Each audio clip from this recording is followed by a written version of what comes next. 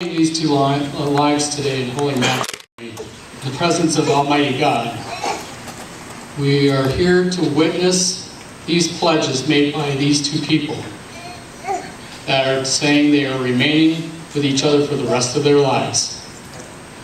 As Charity's father, I've thought about all the years of marriage my wife and I have enjoyed together. Those first years were special. Children were a different phase altogether. But in the first years of marriage, it's like fresh and new. From two blended together into one. Over the last several months, I've counseled Roberre and Charity to prepare so that they walk into marriage, unencumbered and ready to be challenged by life, together. And I believe they have. They completed 4 months of premarital counseling, and I am proud of them for accomplishing this. I am sure it took commitment, and there were other things they could have been doing. But they knew that it was important to me.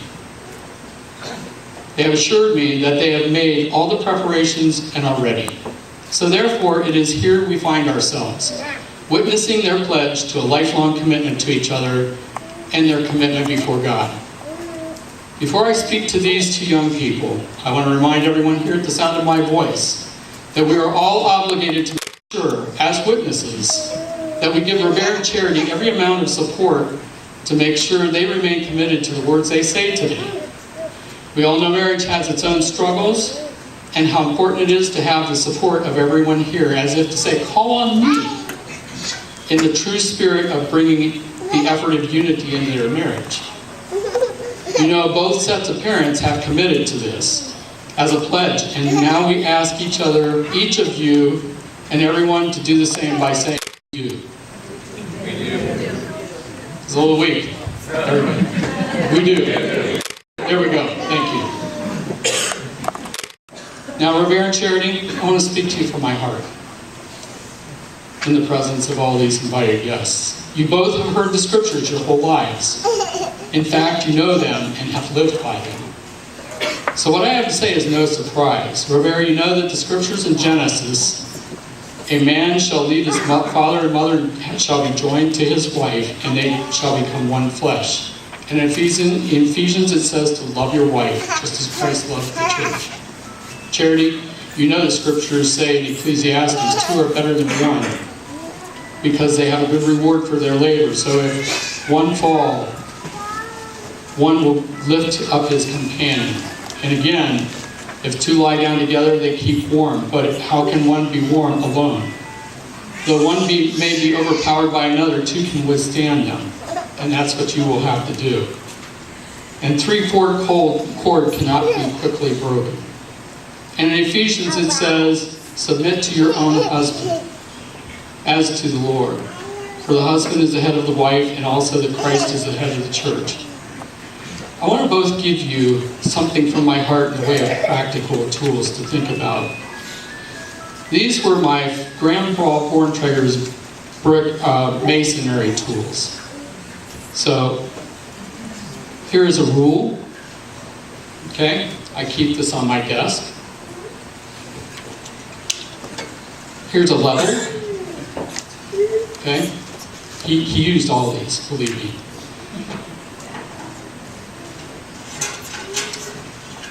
Here's a trowel, a masonry trowel. You spread mortar with that. And these are brick tongs. And believe me, I used them. The rule was unfolded anytime he wanted to make sure his blocks or bricks were in line and on a true edge line. He would measure how many more blocks or bricks he had to lay, and that's what you have to do. Use your rule for your marriage.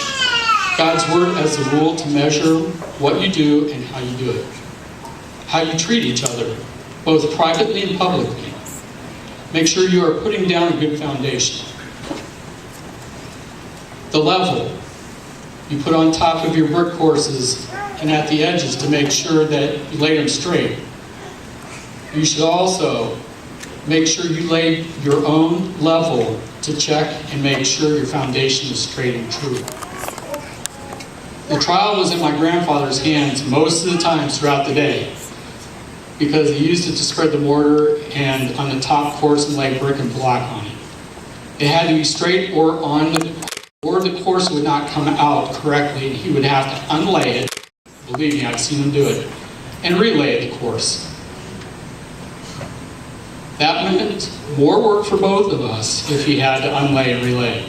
So you too will have to lay every building block of your lives to make sure it comes out straight. Even if it means starting something else all over again. Getting your marriage right is more important than what you build looking crooked and disjointed. The brick tong I used to carry loads of bricks to the scaffolding for him to lay. It required a lot of strength and much work to get it from where the truck unloaded the whole load, and I had to use the tongs, one in each hand actually, to distribute all the bricks along the scaffolding so he could pick them up and lay them into the wall. And you both will have your own tongs of work to build a marriage that will stand the test of time and weather storms. The bottom line is make sure your foundation is straight and true. Because if you should be blessed with children, you will train them and mold them, and they will learn your ways. Make sure you prepare for the future. How can I say everything I want to say right now? A father's heart is usually challenged to want to give the daughter to somebody else. But in this case, as I've gotten to know you, Roberre, I've come to find you love my daughter, and for that, I can only give you what you've always sought, and that is my blessing. We will support you both. We will pray for you and counsel with you both when we are asked to.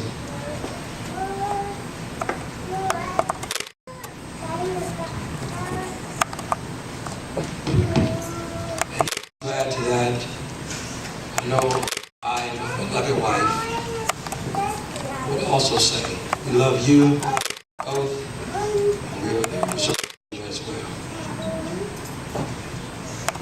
And we have, if Reverend Stevenson will come back one more time.